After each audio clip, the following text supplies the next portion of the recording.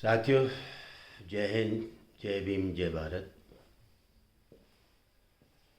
अभी 11 अप्रैल को पूरे देश ने महान समाज सुधारक, क्रांतिदृष्टा और एक समय से ये कह सकते हैं कि जो आधुनिक भारत जो आज हम देख रहे हैं, उस आधुनिक भारत की स्थापना, बुनियाद डालने वाले ज्योतिराव फुले ही थे।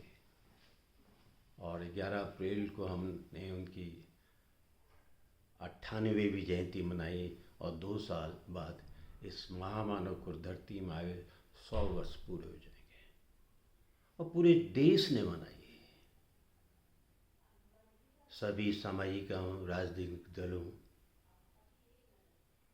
देश के प्रधानमंत्री जी ने, हमारे नेता राहुल गांधी जी ने, राष्ट्रीय अध्यक्ष खड़गे जी ने, सब ने उस महामानव को याद किया, क्योंकि उन्हीं की जो आधारभूत प्रस्तावनाएं, सिद्धांत थे,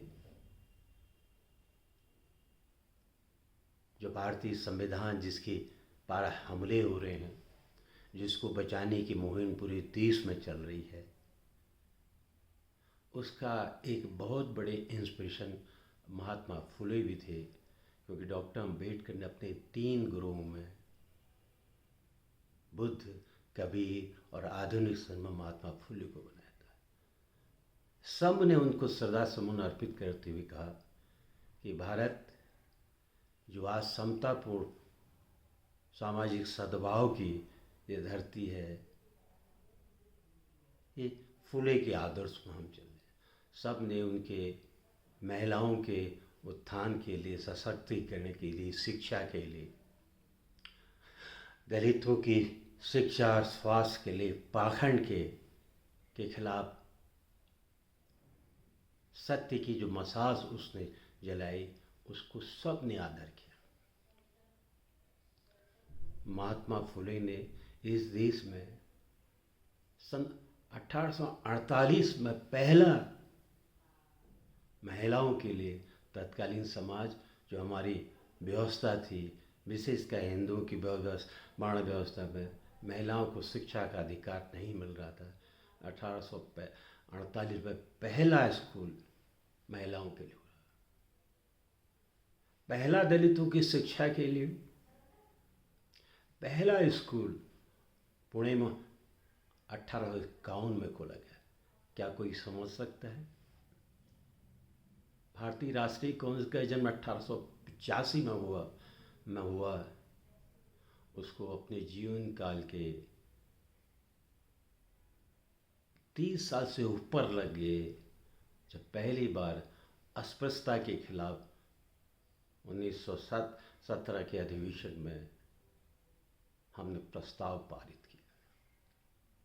एक तरह से इस देश में तमाम वंचित पीड़ित समुदायों के जीवन में आकार देने वाले, किसानों की खेती के आधुनिकीकरण के लिए वो सब के सब थे और उनको सब ने सहयोग दिया।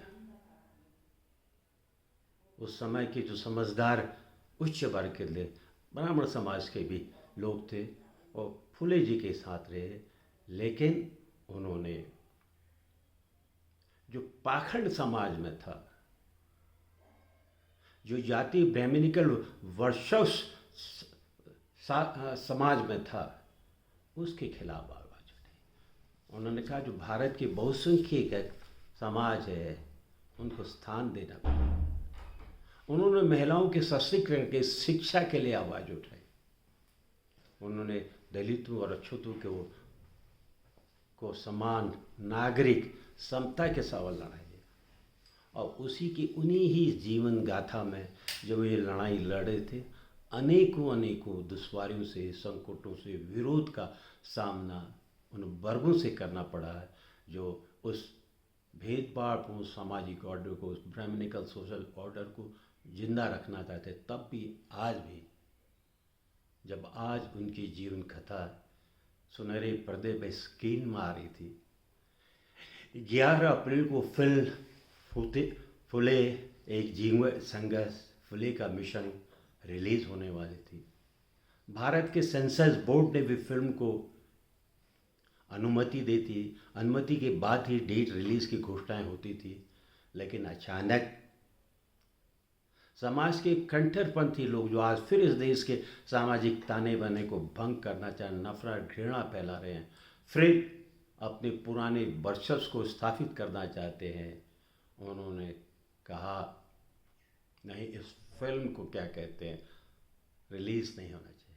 इसमें जाति और वर्ण व्यवस्था की बात की गई है, उसको समाप्त करने की बात ही है। इससे समाज में वैमनस्य फैलेगा। उन सीनों को जो माँ ज्योतिबा फुले को संघर्ष करने पड़े थे महिलाओं के और दलितों के स्कूल खोलने के लिए, उन दृश्यों को जब उनको ऊपर हमला हुआ था, हिंसा हुई थी, उन दृश्यों को भी हटाने की बात, अथवा वो संघर्ष के वो बुनियादी दृश्य जो लोगों को तत्कालीन समाज की उस हकीकत को दिखा से रूबरू करा थे, उस फिल्म की आत्मा को ही समाप्त करने की मांग इस देश के कट्टरपंथी संगठनों द्वारा की जा रही है। और इसी दबाव में जो मोदी सरकार, जो भाजपा कल 11 अप्रैल को फुले जी को नमन कर रही थी, प्रणाम कर रही थी, उस दबाव में आकर दोबारा सेंसर बोर्ड से कह दिया गया कि उस फिल्म में कटिंग करो, उसमें अछूत शब्द, उसमें महर शब्द, उसमें जाति और वर्ण की व्यवस्था के बारे में कोई बातचीत नहीं होनी चाहिए, उसमें वो दृश्य भी नहीं दिखानी चाहिए कि किस तरह से वर्चस्ववादियों उन्होंने, जातिवादी तख्तों ने दलितों के गले में माला लटका दी थी, घंटी बात करके वो पता चले तो लोगों को पता चल जाए। ये सारे दृश्य हटाने की मैं इसकी घोर निंदा करता हूँ। फुले की दास्तान को दुनिया में आने से कोई रोक नहीं सकता है। ये भारत का संविधान हक देता है, हकीकत है, उस हकीकत का हमको सामना करना चाहिए। और एक नया समाज जो समतापूर्ण, जिसके आज सब बात करते हैं, माने या ना माने, भारत को मजबूत बनाए, एक जाति विहीन, एक समतापूर्ण सामाजिक सौहार्द का पाखंड के खिलाफ आंदोलन चलाएं, सभी धर्मों का आदर करें। ईश्वर ने ये दुनिया बनाई, ईश्वर ने ये धरती बनाई, ईश्वर ने किसी को न छोटा बनाया है न किसी को बड़ा बनाया है, सबको समान बुद्धि दी है। उस ईश्वर पर जिस पर हम सब दावा करते हैं, आशा करते हैं, उस पर विश्वास करें।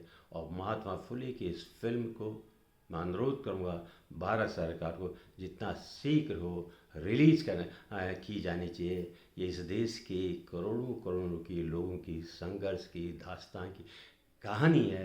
इस इतिहास को आने से कोई रोक नहीं सकता है, और जो भी इसके मार्ग में रोड़े बनेंगे, कांटे बनेंगे, उनका इतिहास में कोई नामो निशान नहीं रहेगा। जय हिंद, जय भारत, जय भीम।